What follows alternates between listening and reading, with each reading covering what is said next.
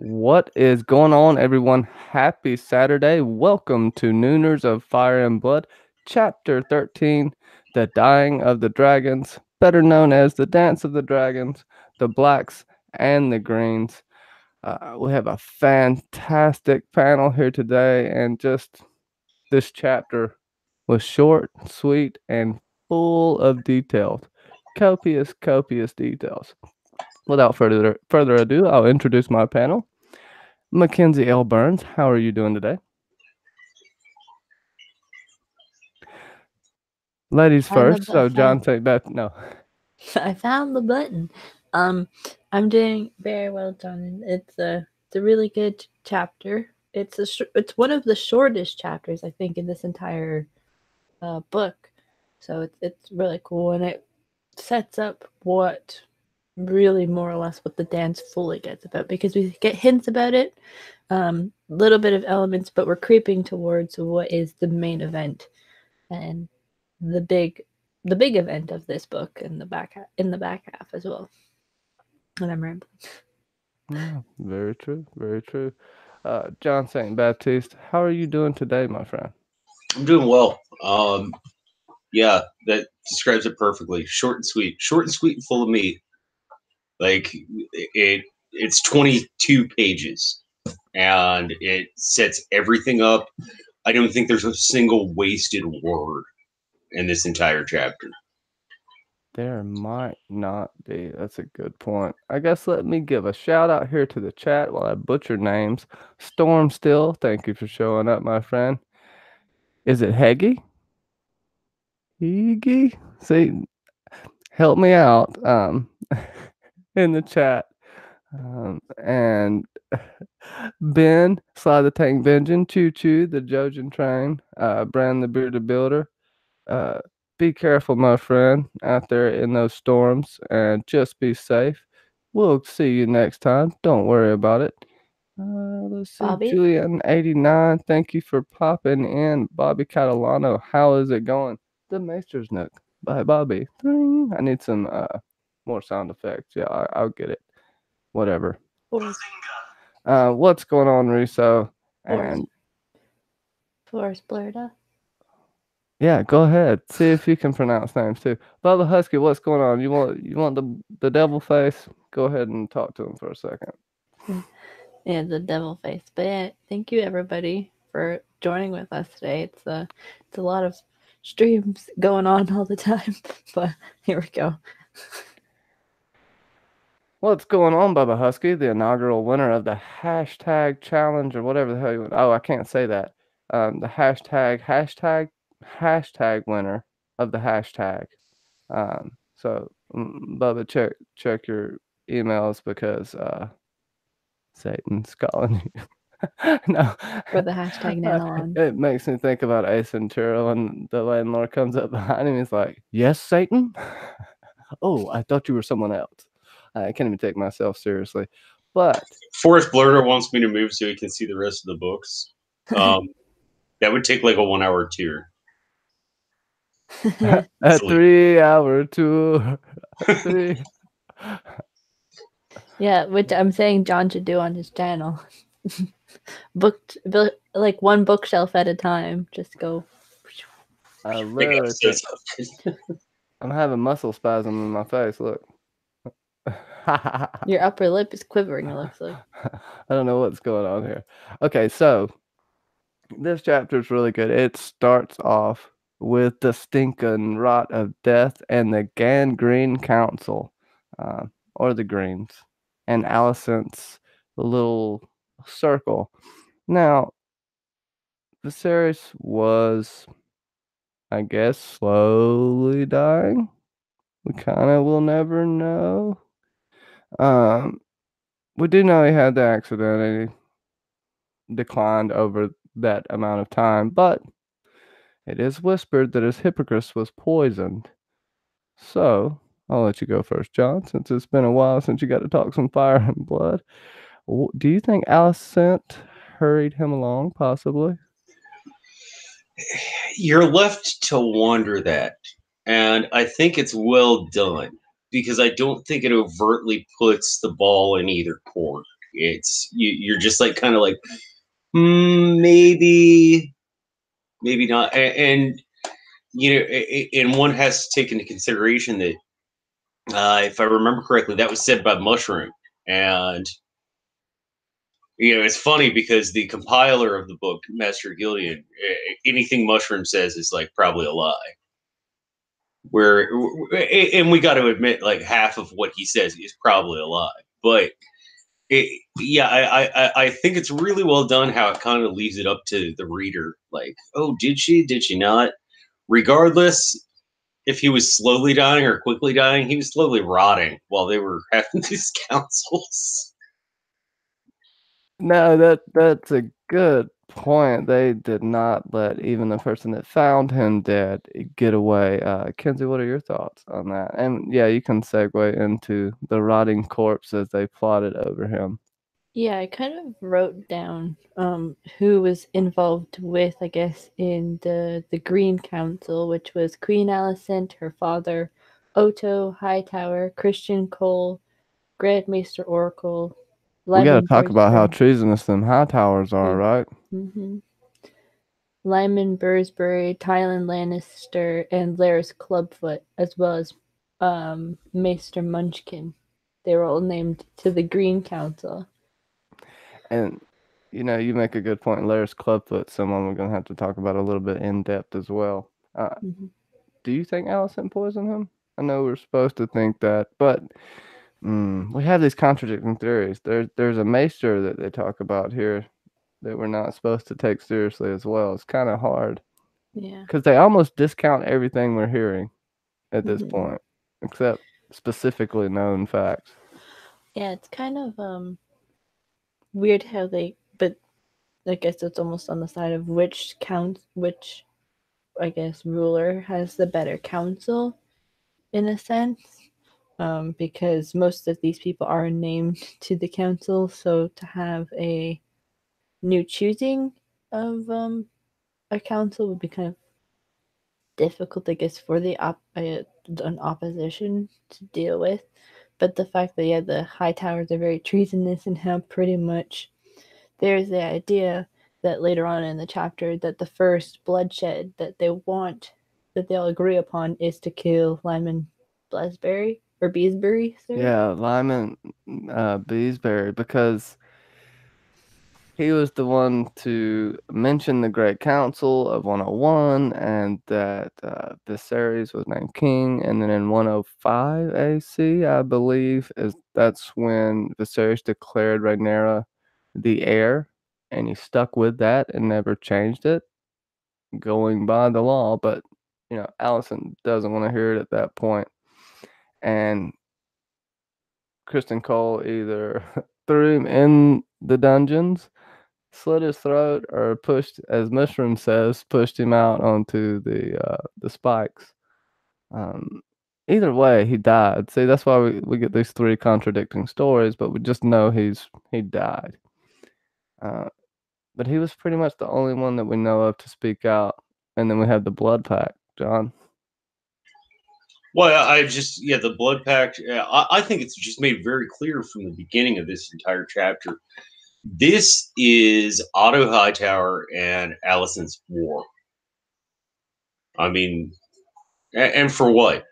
That's the thing. We'll get into that more as we go into the further chapters. But the Dance with Dragons, all it does is weaken their house. But it this chapter kind of like reinforces a lot of my condescension towards Targaryens.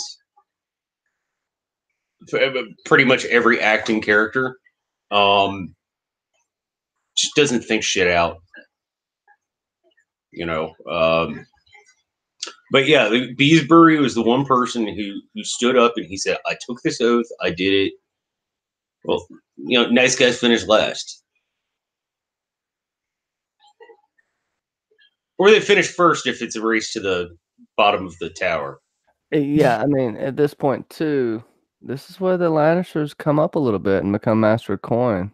Don't they take a third of the treasury to Yeah. under Casterly Rock, right?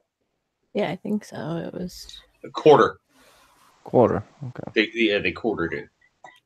Yeah, which just proves how much money that the Lannisters of Castle Rock did have, and how they have no more money, or no more gold actually under, um, the ancestral home.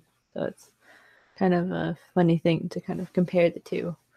But yeah, the ensemble of the the green the team green is a kind of well stacked. But there was also the fact that when King Viserys died, there was only 5 Kingsguard in the capital when there's supposed to be 7, isn't it?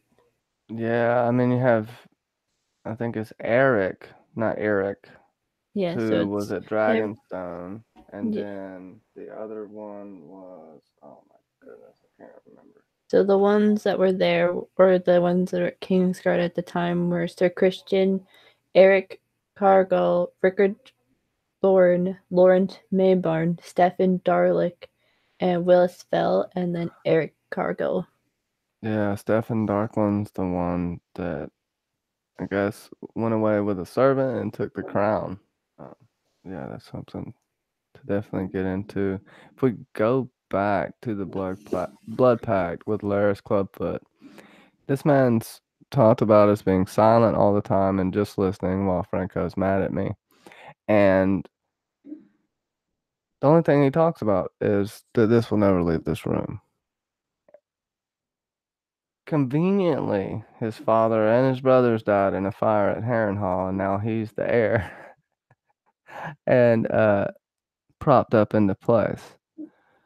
Do you guys think that Laris Clubfoot killed his family? Because I am really subscribing to that. Especially when we get more into this and you see kind of Laris's actions. Yeah, there's totally like a thing about that, how you can kind of do what you want to then secure power or position, and if, even though it's, what is the technical term for killing family, I don't know, but um it could be possible, not like saying that yes it's definitive, but it's a possibility. John?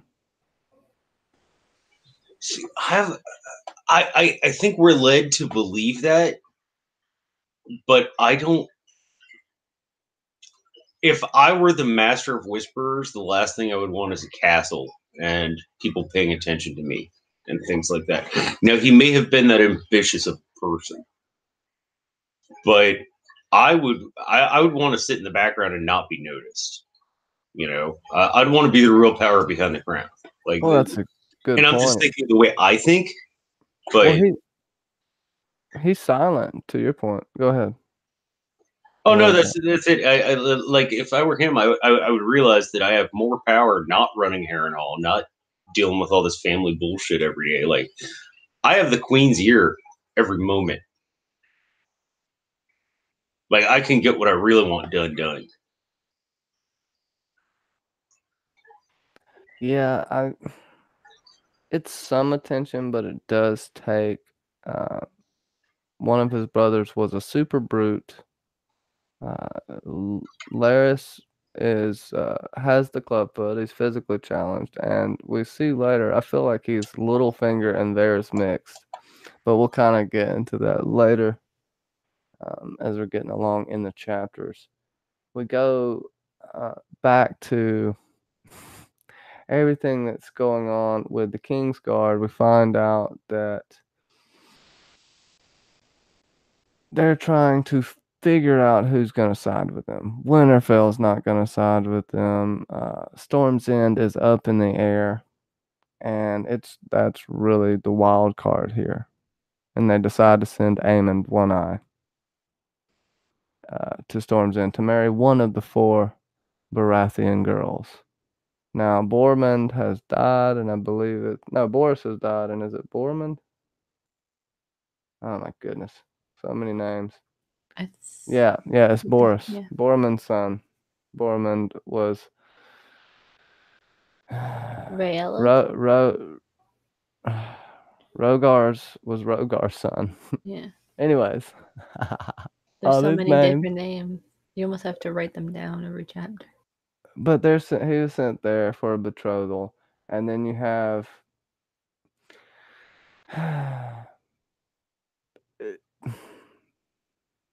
like I said, the Lannisters coming up in power again, and we kind of cut to them keeping it secret until pretty much the smell of the body is so strong that they can't keep it secret anymore.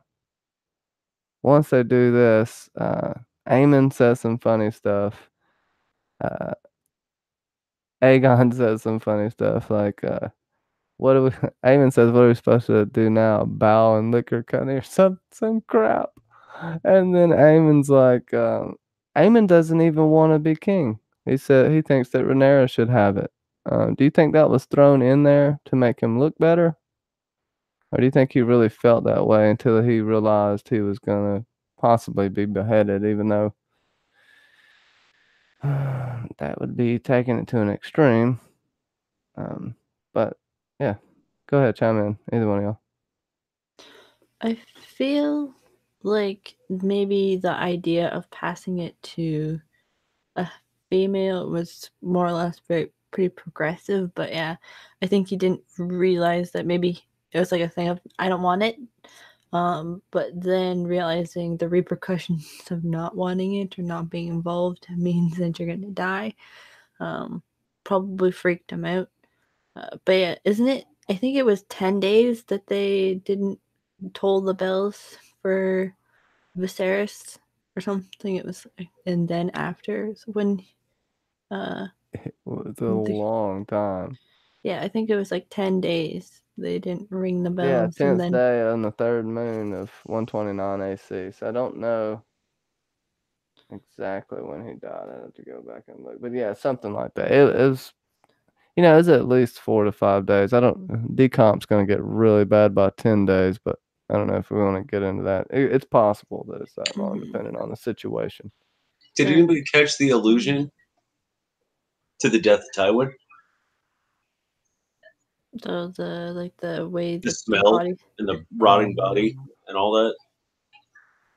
Like Yeah. for me, that was the first thing that jumped out at me on my first reading was, and we've kind of gone through this book and history keeps repeating itself and things like that. And it might just be a little thing. There might not even be an importance to it. It's But it's possible. That was it. I can't remember if it was exactly like right after, like the day or two after that it smelled bad, or or if the smell like crept in because of how long they waited. Because if it was right then it's kind of that whole thing with Tywin, because it was like I think the day or two after, and when he was, I guess, lying in state, that they were like, he smells really bad. Right. Septuagint says it's widow's blood poison. Do you want some? Give away widow's blood. What is it? A drop? How much do we get of widow's blood? I don't know. Just drink the whole thing and cross your fingers. You'll turn into a Super Saiyan. Um, Seon. no, I yeah, I can definitely see that, and especially with what happened with Tywin. It's got that sickly sweet smell going on. It's almost as if you can smell the poison. It's reminiscent. Thank you, Septuagint. And the way it's described in Fire and Blood is very reminiscent. And this is coming kind of back to back with talking about Tyland Lannister becoming the master of coin, and as we know, Tyrion becomes master of coin and Was it Master of Coin, or was he Master of Ships? master of coin because the master of ships ended up being He was high the tower. master of ships, and then he became the Yeah, master of coin after Beesbury took his little sabbatical. yeah, he was just chilling out or whatever. Yeah. um, yeah, I mean, I don't know. This was so treacherous to this point. Um, if this happened as stated, which all accounts seemingly point to yes, that body was left in there. They held on to it to wait. Um, how else is Rhaenyra supposed to act? How else is Daemon supposed to act? Uh, I would have. I mean, they actually took it considerably well, but we do get another freaking stillbirth with some crazy side effects going on. The hole in the heart, the twisted limbs. I think this one may have had a tail. I can't remember. Yep, a scaled tail. It was, yeah. Rhaenyra Targaryen, 30 days in labor, stillborn, twisted, malformed baby with a hole in the heart. But she was named. Hold on, I wrote the note down in my Visenya. Yeah, I know she was screaming monster, monster, monster, out. get out. Uh, it's like she knew, like, they killed my daughter. Um, my name is Indigo Montoya. You killed my father. Prepare to die. Some shit like that. But that just tops it off. I can't imagine going through something like that. Johnny, you take it away for a second before I just start telling every detail of the book. Oh, I was just gonna say it's funny that you brought that up because I couldn't sleep last night and I watched The Princess Bride, which I've seen like probably 5,000 times. But So can't we need sleep. to look for the birth of a dragon as well. That comes Yeah. from here. Sunkiss or Sunfire? Because I think there's a connection with the dead Sunfire. babies. Sunfire, not Sunkist. Sunkist. That's some orange soda. We also have the Sunny Delight Dragon. We have the Kool-Aid Dragon. The Capri Sun Dragon. Ooh. With golden pink scales. The Coca-Cola Dragon. The thing is here too why I asked if they could be lying about what happened with the body. We have Daemon Targaryen, master of war. This man has been just playing war his whole life up until this point.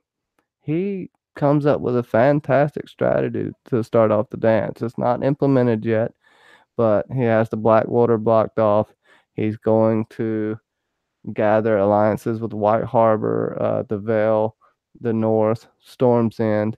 He already has the Valerian fleet. He's going to see if he can get Dalton Greyjoy, the Red Kraken's help, which that's a super wild card there. But what do you think about that as far as him being a strategic master and how much is true, isn't true, and just in general what you think about Daemon Targaryen, their plans? Because if you remember, Rhaenys wanted to just bring fire and blood. We have more dragons. Yes, Vagar's going to be a problem, but we still have more dragons. Let's take it to them. And this is where we get the introduction of Sheep Stealer, Cannibal, and the other one I can't remember the name. Oh, Grey Ghost. So go ahead, John. I'll let you rant about any of that I just talked about. Well, Damon, it's really interesting how this chapter is written. Damon is the one person who doesn't come across as some fairy tale character plotting something, like plotting a war. Oh, we have dragons. Oh, we have dragons. Like he's the one person who seems like rational. Lord Fleabottom. This is how we're gonna win this shit. Like, it's not that. Oh, well, we have more dragons than they do. Oh, well, our dragons are older. I remember on this last reread that I did right before this episode, like literally right before this episode of us discussing this. It was my third reread, and it comes across as almost like everybody else's war counseling and war planning comes across as almost unrealistic. It's almost like written like fairy tale characters. I don't know how else to describe it. I think there's probably a better word I could be using, but it was the impression that I had. Like, oh well, we have more dragons, we can defeat them. And Daemon Targaryen is the one person like, okay, here's how we do this shit. Well, he's seen what happens, and he knows that dragons can kill dragons. He seems to be smart. He seems to have street smarts. One of the few Targaryens that do. Everyone else is coddled and raised in the Red Keep, but you have Daemon that hanging out in Flea Bottom on the Street of Silk. That's his main romp. And then we have Franco getting pissed about everything right now. But and it's funny that's where we find Aegon the Second as well, when he's informed that he's to become king. Go ahead, Sasa, while I rein in my dog. Rein in your little dragon. This, yeah, like with Damon and all of that, it's like kind of he's like a lead, like leading everybody without actually like being officially like a king or something. And then when we find out that Aegon the Second is going to be crowned king, it's kind of like a moment of what's actually gonna like transpire with Aegon being king, because we kind of know what happens down the line. So if you're kind of reading this or you're new to the histories and stuff, you're like, But it's kind of funny how it's like Aegon the Second of his name is going to be crowned king with Aegon the Conqueror's crown. So it's like Aegon, and they look probably very similar because hashtag incest. And but yeah, it's the fact that he kind of finds like his family's like, oh, you're gonna be king. It's like, whoa. But yeah. I don't know. It's like, oh, you're idiots, and I'm the only one that knows anything. It does almost seem too good to be true as far as how he's painted and portrayed. The people's man, always downtrodden, always talked bad about, um, and seemingly always makes the right decisions here. And then has all these tragedies befall him Sorry. that tends to be a woe is me character. So, John, it does make me, yeah, it makes me think that he would definitely seems to have the ego to rewrite history, to have it written the way he wants it. Mm, yeah. Damon did, hashtag Damon did it. Ha! Yeah. Oh, yeah. Dang, Damon did.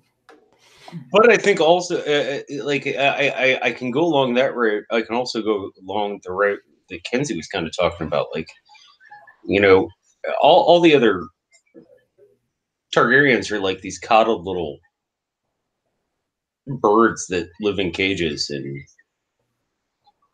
they don't have to go out and live real life. I think, was that you, Kenzie, or Johnny? I'm sorry. It's going a It little, doesn't matter. but like the rest of them are a bunch of coddled little songbirds. And he's the one. So you kind of wonder, like, is he being painted as the common man who, or is that really the case? Like, he's the only one who like really got the way the real world works. Well, even Rainey's at 55 was seemingly making childish decisions. She was the one to pretty much suggest that they go to King's Landing with the dragons. Yeah. Then had some backing from other people because you see dragons as infallible creatures. They see them as above a lot. I don't know how to describe it. Almost deity-like. And as we know, dragons can die, and Damon knows this. I can't say it's because he's had more time with his dragon. There's definitely other Targaryens around. But it's hard pressed to believe he's the only one that thought that was right. And Rhaenyra, of course. His wife has to agree with him in history, right? Thinking honestly, with her and her actual temperament, if we look back at the chapters, she wants fire and blood. She wouldn't even go for this, I don't think. Do you? Especially after just losing a child, blaming the death of the child on them, which is possible. I mean, receiving news like that can cause a miscarriage. Although I don't think there was any saving that baby from having the hole in its heart and the tail and stuff. But yeah, I feel like Rhaenyra acted out of character in this chapter a little bit. Like, yeah, I don't know. Maybe it's just me. Like, yes, I'm cutting back to the current storyline within our in Game of Thrones, but the fact that it's like, even though Dany didn't say like get a monster when she's obviously in labor having Rhaego, that whole imagery of how there's like the tail and holes in the hearts and stuff, and like being like that, it only happens a couple, like, even though it happens more frequently in Fire and Blood, it's still almost an anomaly. So like there's that weird thing of like, why is it like that? Like, why do they have that? And I think it was Lady Laura Dane who mentioned it. Is it just because it's incest, or is it because there's the dragon blood? And it's not, is it not because it's dragon rider, but like last dragon, or like the dragon type blood? Did anybody else roll their eyes when she says bend the knee? Danny? Like, no. Like in this chapter, Reyna. Yeah. It like Targaryens are freaking obsessed with this. Mm-hmm. Like, I'd personally rather have an ally than a servant. That's just the type of person I am. But If you grow up as a child, you're a dragon rider. You're esteemed above all other people. It's only natural for you to think you're better than everyone. That's the messed up thing about it, because these children are indoctrinated into this culture, and it's hard to break that cycle. We even see that this cycle lives on after the culture is dead, and there's only sparse little threads of it. Still, this cycle is living on. This thought process, this ideology is living on through Dany. I think that's probably her greatest fault, is that she feels like she's owed so much. When anyone on the show can almost say they're owed a lot. Anybody that's, technically on the good side. Um, but that's a good thing to ponder over. It's a good thing for Danny to have to struggle with. It's a normal thing. It's someone. No, she wasn't born in privilege, but her mindset is of privilege, is of that she's not normal. She's not like every other human. She's better than other humans, and that's what I mean by if I ever say Danny is privileged, it's not physically and privileged. It's more of a ideology thing, which has she's her been brother's ingrained in sister. her. Yeah, Viserys ingrained that into her, so she had someone to pound that into her head. Um, Cardinal Doomsday has a question that I might not be able to answer, but you may be able to, John or Kinsey. Rhaenyra is meant to be an analogy of Matilda, daughter of Henry I of England. No, Aegon II would be King Stephen. What say you?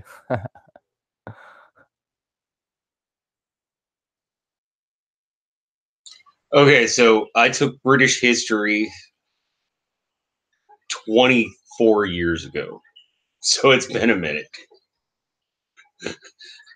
But if I remember correctly, Matilda was put up to, and if I'm wrong, please somebody correct me.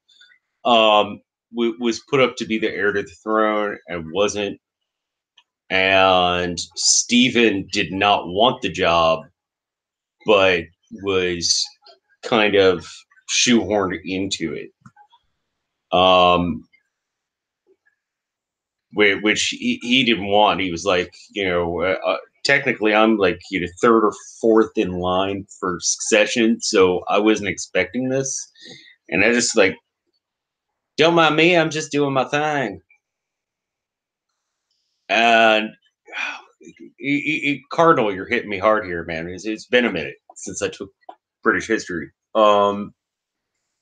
But I think that the reference that you're making there, if I'm wrong and I'm getting my monarchs confused, then please correct me. So that's very interesting, and yes, definitely. Cardinal Doomsday will correct us, please. The more you know. Going back to Damon, something kind of just hit me. The war of words. What has Damon been doing this whole time besides falling in the exact right position that he needs to? People have been dying perfectly when they need to die for him to be marrying the right person. Has this man been playing the Game of Thrones the whole time when you look back at it now? Like Go ahead. playing Peter Baelish, like let me do what I need to do to secure myself, even though Yeah, at least Cersei level, I would say.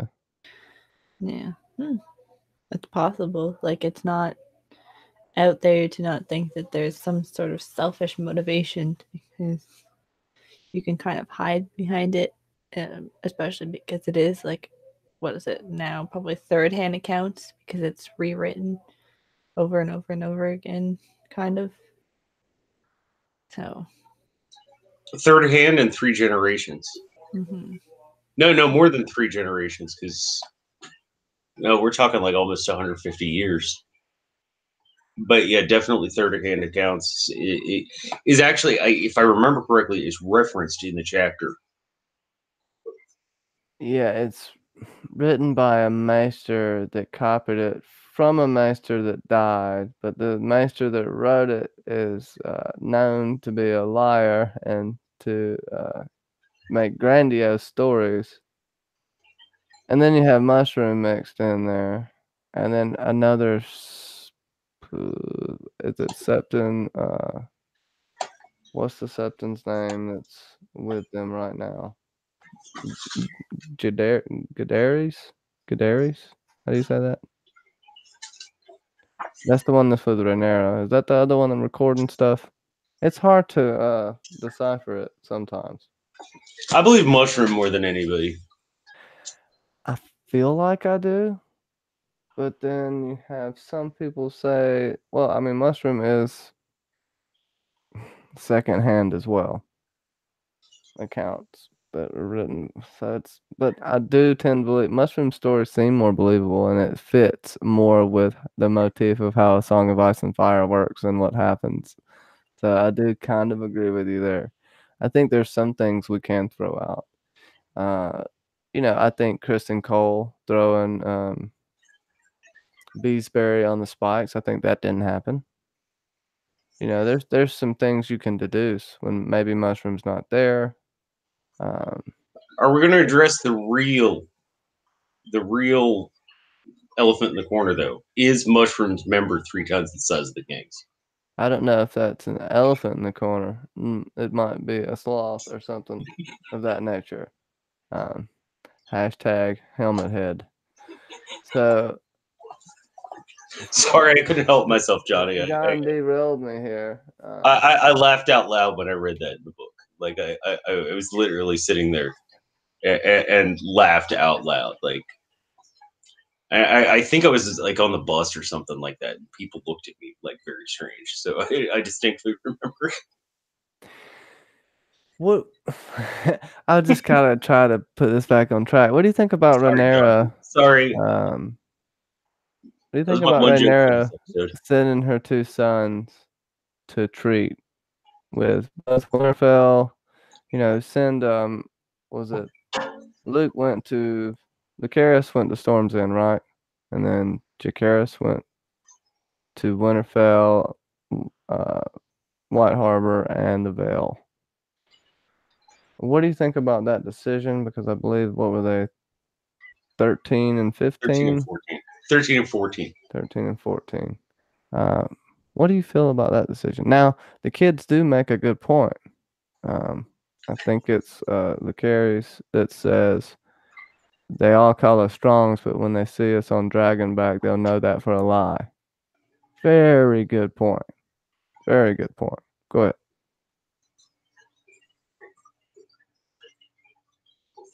Hashtag find the button. Anybody? Yeah, I guess you saw. John's not saying anything. He's just blinking.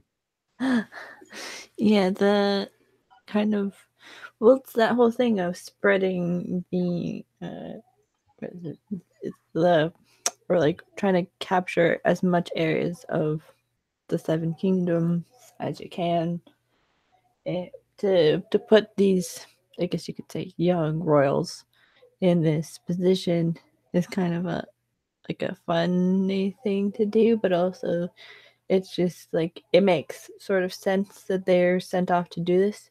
You would think that more or less it's a thing that would it's more recognized in a sense, but then there's also that ability to have some sort of safety um, when the dance eventually shows up, that to have like heirs like spread out over different countries, because I feel like that has happened in times of war before, like more or less civil war, where siblings are like spread out to different parts of a country to be sheltered in safety while something else goes on, to so that an heir is secured in case like the king or the Yeah.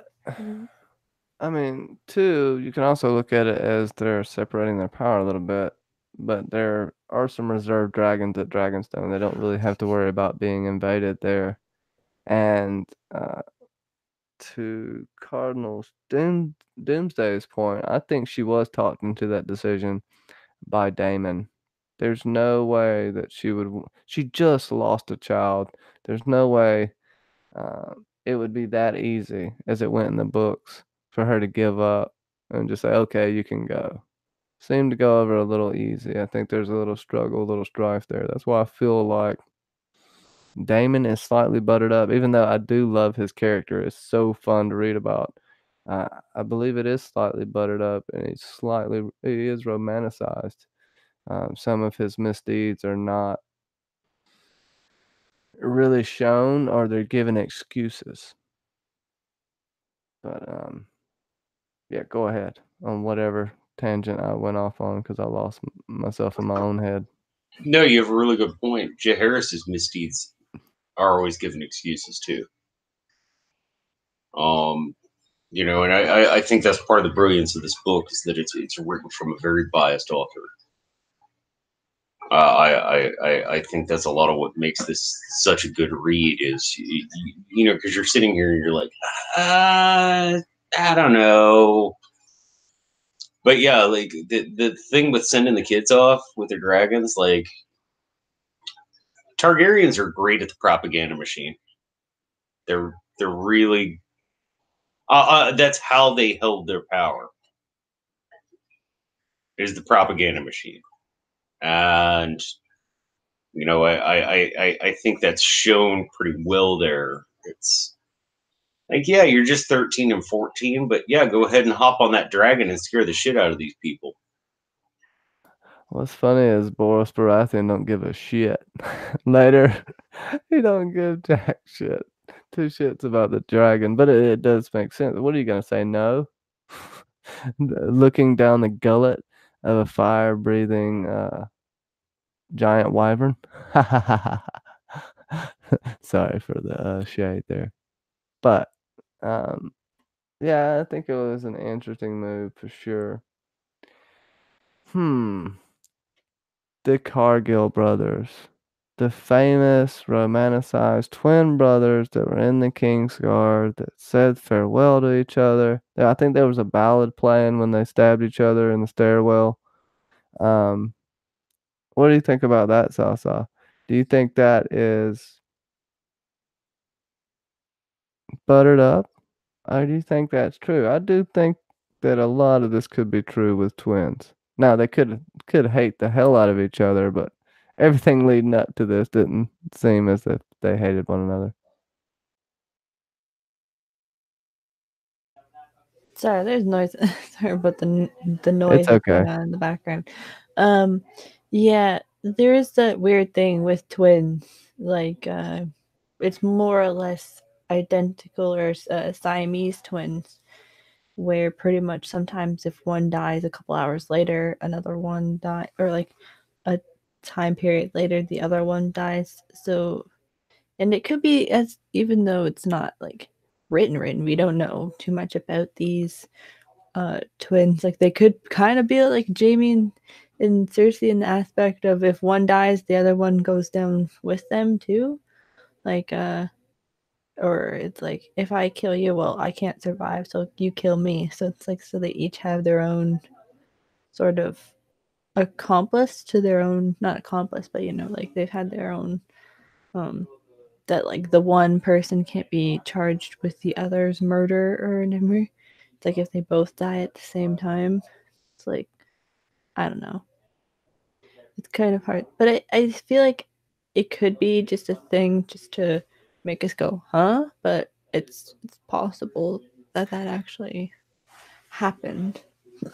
That's a good point. It just made me think even more that the story is super romanticized to just add to Damon's glorious adventure. And then ultimately Aegon the Third, right? Because that's who takes the throne later, but I won't get into all that. Go ahead, John. That's a good point, Kinsey. I mean, George knows his shit, and I mean, the whole way the whole way the Dance of Dragons is written is like a Greek tragedy.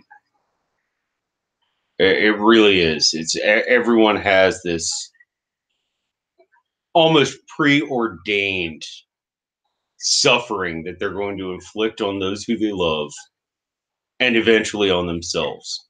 Like it's like a Greek tragedy. Like I love you, die. do what?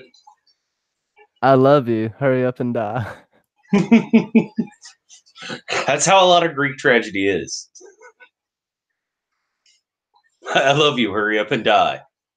And now I'm going to feel guilt and remorse about it for the rest of my life, and I'm going to gouge my eyes out by the ocean. Yeah. And listen to emo and dressing all black. Oh, you know, Yeah, just Oedipus listened to My Chemical Romance like all the time. oh my god. Oh damn Oedipus reference. What have we gotten into? No. This is literature, everyone. Don't run away. No, I'm kidding. Uh hmm. There's we have the message that Aegon sent to Rhaenyra, right? He sent his own little message talking about, oh, if you bend the knee, I'll give you this and this. So it's working both sides here. And she just rips the chain from the maester's neck and gives it to her maester and casts him down and makes him admit that she's the queen right there. And she's like, if you admit it with your own lips, why do you serve the usurper? Like like again, behavior to how fiery she is and the decision that was made not to go straight to war. Um, you know, cooler heads prevail, but she's fiery. I do love Rhaenyra. She's fun to listen to her antics. Go ahead. That whole ripping the chain from a maester's neck. If Pycelle had still lived, I could totally have seen that happen in like season 8, and then she just gives Pycelle's chains to Qyburn or something like that. If or even if season 7 had like thing sort of happened. In the books, it could be Marlin, Maester Mhm. Marlin, right? Ain't that his name?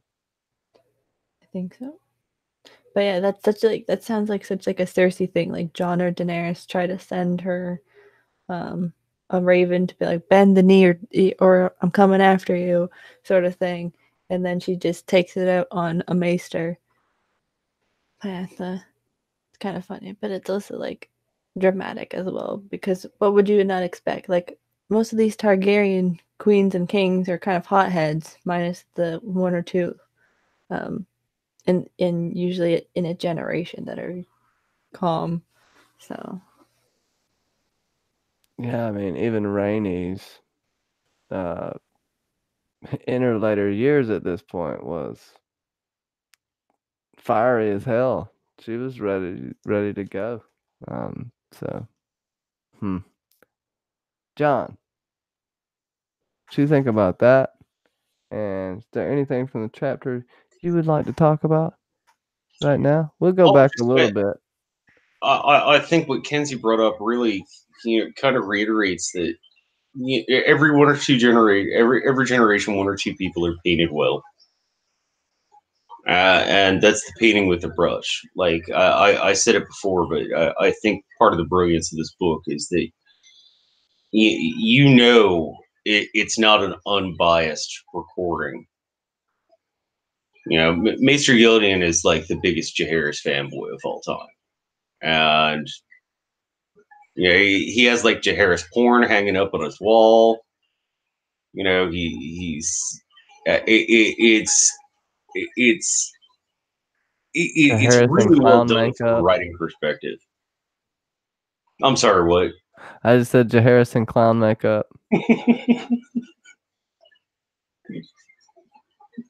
Yes, the clown porn always has to come out.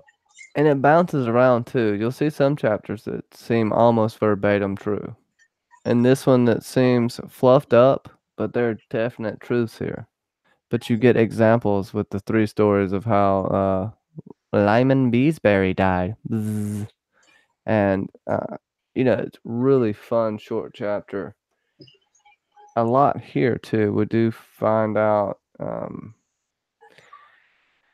how many actual dragons there are. We've already known this, but you kind of get a count, and they talk about using them, and kind of the details of what this one would be like going up against Vagar, and which ones are too small to even make a damn matter. And then it ultimately comes down to 5-on-4 right now, except for we don't have anyone taming the wild dragons yet. And you want to talk a little bit about Sheep Stealer and Cannibal, John? Oh, Cannibal. Oh, Cannibal. I do love me some Cannibal.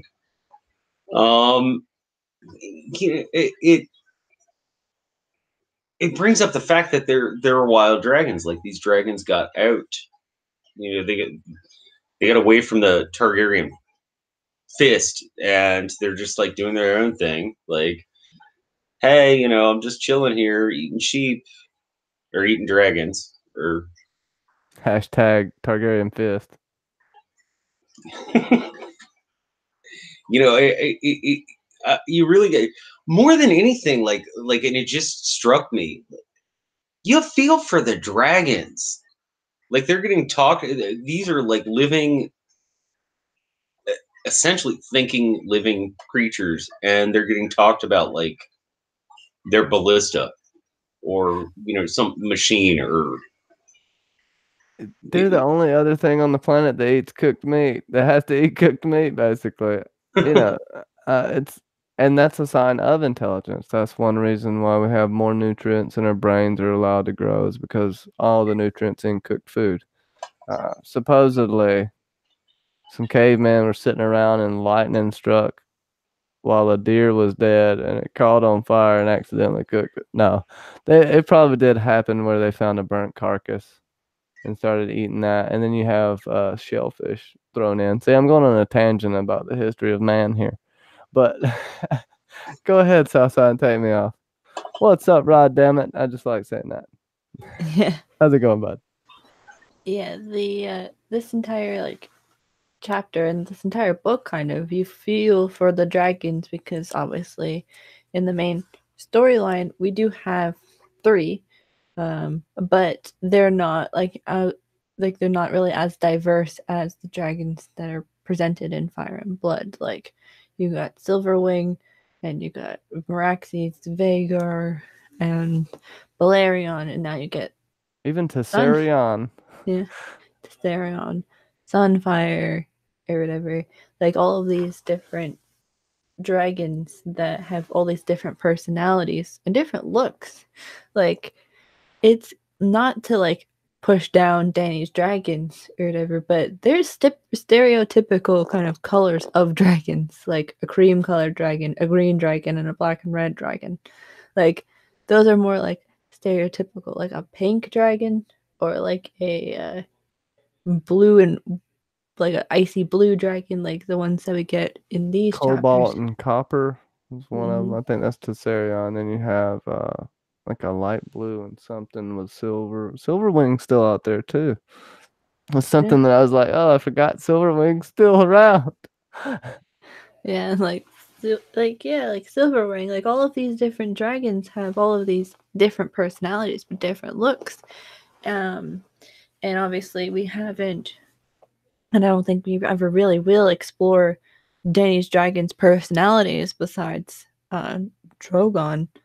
But it would be really cool if they, I don't think they're going George is doing this in Fire and Blood Part 2, but if they really kind of explored Danny's like dragons a bit and gave us more of a description of like how they are as like a person. Like we can assume that Rhaegal and Viserion are more uh they're shoved in like the corner, so you don't know like who they are and what they're kind of capable of. Obviously, with Viserion now being dead in the show, it changes maybe his personality, but who knows? Well, I mean, in the books, you get a lot more of their personality in A Song of Ice and Fire. But yeah, it's odd here because seemingly dragons can feel emotions, can sense when their riders are upset, and other dragons and dragon riders are upset near them. That's something that's really crazy because there's a mental bond here that I don't think's quite warging, but is close. That There's which kind of yeah. Yeah, there has to be some soul transfer that I'm still trying to add up while we're reading through this, that these babies dying have to somehow give life to these dragons. Like Mm-hmm. there has to be a correlation. Uh, John, you can go ahead, or Kinsey, whoever. No, no, yeah, John, go ahead. No, I think you have a point there. I mean, and something that George tries to drive into your head with a screwdriver is it takes life for life. So I definitely think that's something that stick a pin in that.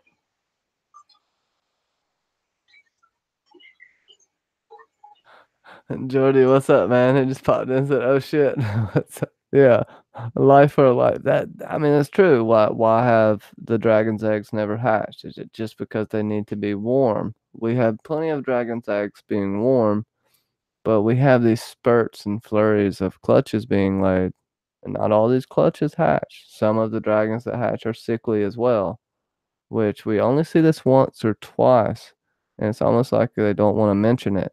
But the dragons come out twisted sometimes, come out deformed. So there's a definite connection with them and the babies, no doubt. Um, Is yeah, it? go Oh, ahead. sorry. I was about to ask, because I can't remember right now. But is it that if the hatchling was to come out twisted and like malformed, did it mean that the human baby that it was meant for came out fine? Well, it doesn't seem to happen often enough for that, but maybe. In this chapter, you do have the malformed dragon and the malformed baby, so it's a good point. Both in the same chapter, which I don't know if we have that in any other chapter where you have a malformed dragon and a malformed baby at the same time. It's a good catch. So maybe, yeah, there has to be a definite connection there. Maybe a soul bond. Uh, maybe there's something with the twin thing that Yeah, we're well, not looking deep enough into. Could be coming across some epiphanies that I'll probably never find the end of the rabbit hole on this, but whatever. It's fun. well, there's the whole literal dragon form. Like if Daenerys or her and the Targaryens are literally sometimes dragons in human form. Does that mean like the hatchlings can kind of get manipulated by that too? Like, Hmm. Maybe.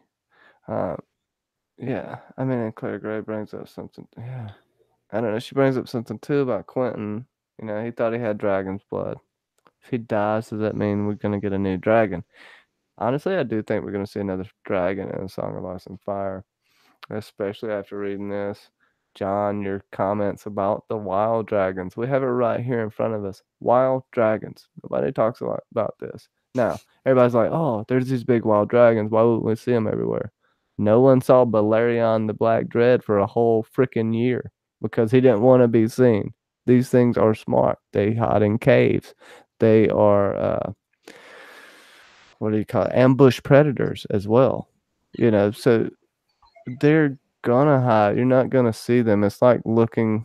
I don't want to say this, but it's like looking for something you would think is a Bigfoot, something that's that smart that Yeah. doesn't want to be found, that's gonna hide from you while you're looking for it. Mhm. They have better eyesight than you. They have better hearing, better smell. So before you even get close to them, they should already know to run away. Yeah, being they don't want to be heard or seen. It's like they want to stay aloof, uh, pretty much to people who aren't their people. They're kind of the opposite of Targaryens Yeah, because they don't want to be noticed. They just want to. They don't mind me. I'm doing my thing.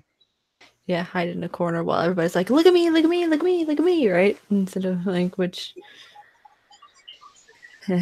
yeah, it's funny how like their sigil is so Pretty timid. docile. Yeah, like the House Targaryen's sigil is so like the animal itself is actually so timid when they're just all show and all like razzmatazz or whatever. Think about it. Yeah, dragons aren't just off killing everything. Out of all this that happened out of 3 dragons that Danny had, no control over them. One kid died. One kid died and some sheep. Like, come on, honestly, think about that. That's not that much. And this Yeah. is in a place that Marine. isn't sparsely populated. There are many people around here, especially where Drogon is going back and forth. We have some good comments in the chat. Rod Dammit says, pretty sure it takes blood sacrifices to hatch dragons now since the magic is coming back. I don't necessarily think that magic has ever left if you read Fire and Blood. I think there's stronger pockets of it, maybe. But I do feel like Dragon dragons magic. make magic stronger in their Mhm. presence, kind of the same way the wall does.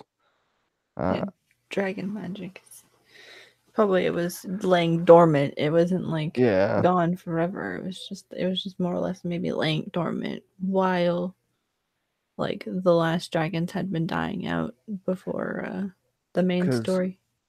Well, yeah, it's true. And Germ is kind of a troll. He said that Planetos isn't Planetos, it's Earth. So if we look at it in this, we're looking at Europe, we're looking at the top of Africa, we're looking at a little bit of East Europe over to kind of starting into Russia. Asia, right? Mhm. And then that's kind of all we're seeing of this whole damn world. So there could be pockets of moving magic going around that follows multitudes of animals. It doesn't even have to be just dragons. I don't know Like, how if he's going to expand the world this much. I'm just saying we're looking at a very small section of the entire planet. well, they did. Well, they did have Missandei mention Narth in season 7, so George could write something about Southaros or whatever it's called, because we know that that's a place and it has all those weird animals and weird things. South Rose is like Australia. Like everything there can kill you. Yeah, Like Lady even a Dreamfire. platypus can kill you. Like death by platypus would be the most ignominious death of all time, but a They got platypus can some kill you. awful venom, man. People don't know that about platypuses. They got Everybody, some killer venom, bro. everybody just likes Perry the platypus. For Lady Dreamfire thinks that dragons hatch on their own, especially with the presence of Targs. Maybe, or Valyrian. well, Um, how do they expect the babies? Like the babies obviously don't walk through fire to give them the hatchlings to be born. So, right? Like they just put the hatchling in the cradle of the baby. no, it's got to be a straight up soul thing. For me, anyways. Now, Yeah. it could be that they're just animals. And these deaths are straight on the Targaryens and the Valyrians for interbreeding. but mainly the Targaryens for being an ostracized house that was outcast. They're the last of their race. I put this in quotation marks. Don't yell at me. And they're trying to keep it pure and all this weird stuff. And you see this throughout. This could have started with just one insane father like Craster. Think about that. This Mhm. couldn't even be this may not be even actual canon. This could have been just the dude that had his last family. There's no more Valyrians. I want some daughters. You know, ew. But it could happen. Oh, I think there's more than one reason Craster is thrown in our face. I do think that Targaryen shit is just some sick shit from maybe even Aenys the Exile. But, whatever. Well, you remember the very long conversation that we had when Knight came on here. Knight, he's supposed to laughing tree about how the Targaryens are actually Nazis. And I know you don't agree, but The old from the Valyrians are more so if you look at how their culture worked, their slave culture, where they put the people, what they did to other cultures as far as conquering and then enslaving the peoples. Yes, Targaryens, I would say it's a stretch to say they're Nazis, but I would say they're definite racists. But I don't know that I could call the Targaryens Nazis. But I could call the Valyrians. I could definitely like see many correlations between the Valyrians of old and the Nazis for sure. And I'm sure the Targaryen is an offshoot. I think that's why you have the whole Aryan thing in there. But uh, this shows the faults of an ideology here. This is what we're seeing. That's why I don't think Dany's gonna live. Uh, Even in the books, I don't think she's gonna live because it's not supposed to happen. It's against everything that is nature.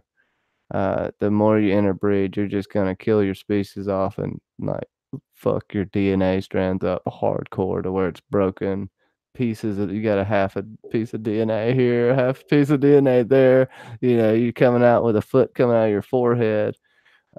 Just weird shit, man. So it's kind of just like this slow moving curse and the dying of this whole civilization and culture. You can empathize with it, but you can also say that, well, they're fucked up. They need to just die off. But then you got the dragons. You're like, fuck, why do the dragons got to die too? Maybe they don't. There's other Valyrian blood. And maybe the Targaryens are just holding on to this and saying they're the only ones that could ride dragons. Because we have, throughout Fire and Blood, they are very, very paranoid about anyone getting their hands on a dragon's egg. They were paranoid about the Lannisters becoming dragon riders. As far as I know, they had no Valyrian blood. Why the hell are they worried? Maybe because you don't have to have Valyrian blood to ride a dragon. Maybe you Isn't just have to do a ritual. Maybe, there could be small little things here. Go ahead. wasn't there one person who wasn't Targaryen who rode a dragon? Well, Nettles, but she was still a dragon spawn. So she was still a Valyrian bastard or a Targaryen bastard, basically. Oh, okay. Supposedly. Yeah, I thought so too. But when I looked it up, it's or dragon seed. I can't remember what they call it. Either way, it's weird. Uh, I don't know. I know it's going to be a pretty Yeah. short stream today. Does anybody in the chat have any questions? We'll talk about whatever the hell y'all want for a second. John, Kenzie, y'all got Oh, anything from I, the chapter you want to bring up?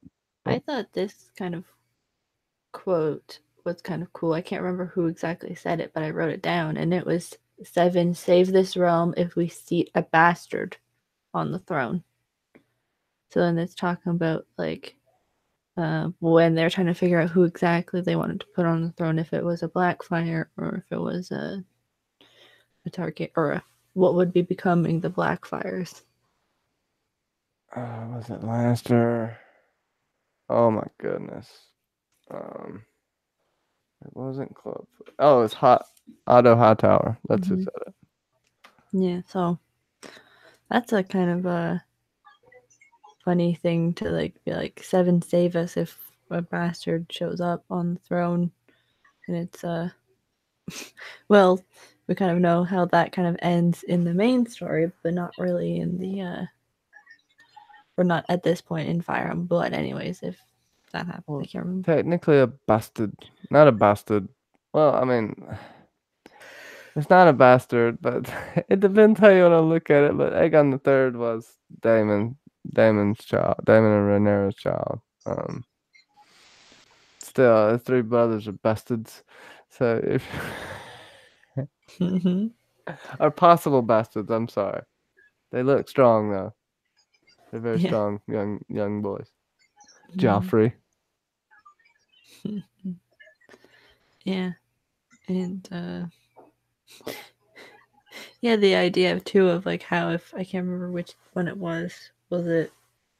Oh, again, I didn't write it down, my note down properly, but it was like how pretty much if one of them was in charge, like one of the princes was in charge, that they'd basically turn the Red Keep into a brothel, pretty much. Which would have been a funny thing of like, how does the Red Keep, the house where the dynasty of the Targaryens work, as now just this magnificent brothel? But yeah, it's like to keep them all. It's like they were when they were weighing their options. It's like, let's see. Well, this person will cause this problem, but this person will cause this problem, but this person will also do this good thing. So it's like trying. What is it? Playing devil's advocate between family members. Like maybe this one, but also maybe this one, which was kind of explored very well in this chapter. Until obviously they name Aegon king, which is Yeah, I like the pouty lip picture they use, right? John, are you gonna shut the fuck up or what? I'm listening. Yeah, there are good things you both have to say.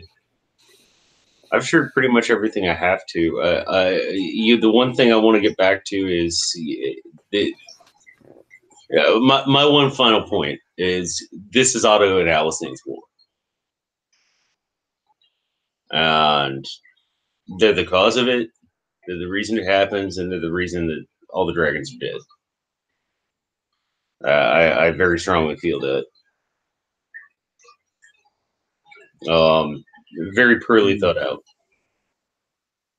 Yeah, I think we could. I don't know. I have hopes for a wild dragon or two, but yeah, that's a good thought. Rod Dammit has a thought about Euron. Are you talking about your Eurothian Nightwalker? I'm so confused. Rod, I think you're talking about Euron, right? I'm pretty sure he is summoning Krakens, and then I think he's gonna take all knowledge he needs and burn the high tower. But he more. Oof. I feel like he's gonna siege it. There's knowledge there. I think that he wants that Sam's close to. I think there's a whole thing going on with that. Also, does Euron need a glass candle? That's something you could think about. Does he have a glass candle at this point? Does Euron have a glass candle in the books, John? I don't think he does. That we know of. Sorry, Shade really wants to be on this episode too. She really does. She's like, "Hey, I want to be on TV." I think it's alluded to that he may have one. It's never outright stated. Okay. But it's very much alluded to. That makes me wonder if he's tapped into the one that's Marlon has somehow too. I think it's gonna come face to face with Sammy. They're running. Go ahead. Doesn't also Euron have Dragonbinder in the books? What's his name has it now? Victorion has it at this point. Yeah. So, but he gave it to Victorion. I think they kind of amalgamated Euron with Victorion, I guess, because they obviously didn't like in the show. So it's like unless somehow Euron and his seafaring adventures somehow finds Dragonbinder. or just waiting until the perfect moment to bring it out. That'd be crazy, but that'd be out of left field too, though. Well, D&D like to throw curveballs, like make a whole Beyond the Wall episode with a white polar bear. True. Maybe. I mean, I wouldn't be mad to see Dragonbinder. I would be just a little perturbed it wasn't alluded to more. The only thing that we've seen possibly allude to Dragonbinder is the horn Sam found, which in the books is possibly the horn of Geraldine, but maybe not. Kind of don't know. That's up in the air, but more than likely. But in the books, it looks like the Doom of Valyria.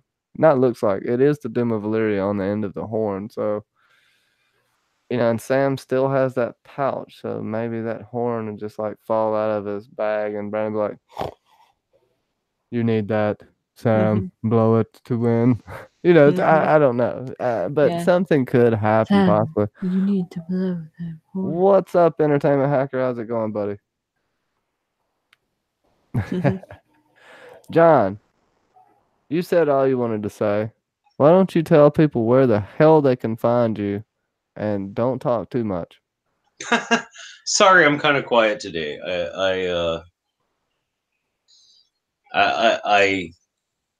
Yeah. I've got a cat who keeps hopping in my freaking lap. Meow. Meow. Meow. Meow. Food. Food. Food. What you got going on, bud? Right now, I am working on and will be finishing up to release on Monday the season 3 musical interpretation of Game of Thrones, which I'm very much looking forward to. And season 4 will be following it very closely behind. Also, I am obviously able to be found on the Cylon Johns with my fellow John. We'll be doing our breakdown on Tuesday, and that'll be coming up. It's going to be some good stuff because this was an awesome episode. Just like this was an awesome chapter. Like I've been kind of quiet, but this is the third time I've read it, and there's still so much to process that I don't want to speak without thinking about it beforehand. Maybe I should write a dissertation on it. Yeah, John didn't get a new camera. I'm lying. He just put on some makeup. Entertainment Hacker. Hey, everybody, go check out Entertainment Hacker's channel as well. If you don't mind, he has a lot of fun stuff on there. Yeah, thanks for stopping by, Entertainment Hacker. Entertainment Hacker is the key. Many different genres, things he reviews, talks about. So go check it out. I'm sure you will like what you see. Yeah.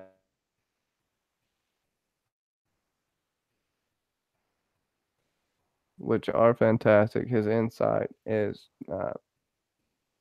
super valuable. Just an awesome dude. Whatever, I'll stop sucking up to him. Mackenzie L. Burns, aka Sasa, aka Ken Sasa. What is going on? The leader of Episode Club and the one who makes me do like 4 podcasts a day. What's up? No, just I'm doing very well, and yeah, we have to barrel literally towards season 8. So I put out episode club season 4 episode 3 Breaker of Chains this morning. So if you haven't, please check that out because me and Johnny had a great discussion about that episode, from what is the controversial scene with Cersei and Jaime beside Joffrey's dead body, to Daenerys and her trying to take over Meereen and all of those scenes in between. Yeah, we have that. So within the next couple of days, we should have all the episodes before the Laws of Gods and Man, which will be our Wednesday stream. And then the next a live one after that should be the Watchers on the Wall, which will probably have to be another sort of day. But yeah, we have to barrel towards season 8 because it's coming quick and we're running out of time. Other than that, you can find me here or on Cylon John for now until I yeah. Yeah, that's all I got. Yeah. Thank you for going on, honestly. And me and Alicia Kingston be on the lookout. Hashtag They Deserved It series. So we'll be talking about all the people who had horrible things happen to them on Game of Thrones and how much they deserved it because we're awesome people. Also, Also, can't forget AK Alicia Kingston. She will be on, who is a friend of all of us. She'll be on with Drinks and Nose later for her episode, so that'll be good. So shout out to AK and Drinks and Nose for that one too, because hey, shh. No, I'm just kidding. She's crying now. I'm sorry, folks. No, actually, I'll be doing a collab with Entertainment Hacker coming up. Also, we've done a couple collabs. He does collabs with John. He's did just go check out Entertainment Hackers channel. Have some fantastic stuff coming up. The Quickie of Ice and Fire series continues tomorrow at 1 p.m. with Vasenya Targaryen. It's slightly longer at 5 minutes, so ooh, but it's a really fun video. Thank you, John St. Baptiste and Mackenzie L. Burns. Y'all are awesome for helping me out with that. Also, like John said, Fridays, and look out on Tuesdays for a podcast dropping from the Cylon Johns. It will be a expert recap and review and a teaser for the next episode. We'll stay spoiler free, so remember that if you can. Definitely go check it out. Channel's up and coming, picking up. We're having a lot of fun on Fridays. Yeah. Oh, tomorrow on Top Shelf Fandom, I'll be talking about True Detective latest season and predictions for the season finale. Come check it out. I'll be on there with AU Pack Mule, and I'll also be on with AU Pack Mule on the 5th of March at 4 p.m. Eastern on his 30 days of 30 live streams. 30 days of Game of I have so Thrones. much. I have so much crap here. I think it's 30 days of Game of Thrones or something. It's something like that. He does. It did this last time. It's gonna be awesome and fun. He's already about to start them up very soon. Other than that, I think I said everything. I will let you guys go, and I really appreciate y'all coming out, chat. Much love, everyone, my friends. I hope y'all have a fantastic weekend, and we will see you next time on the Nooners of Fire and Blood. Look, I done got into video mode. Do do do do do do do.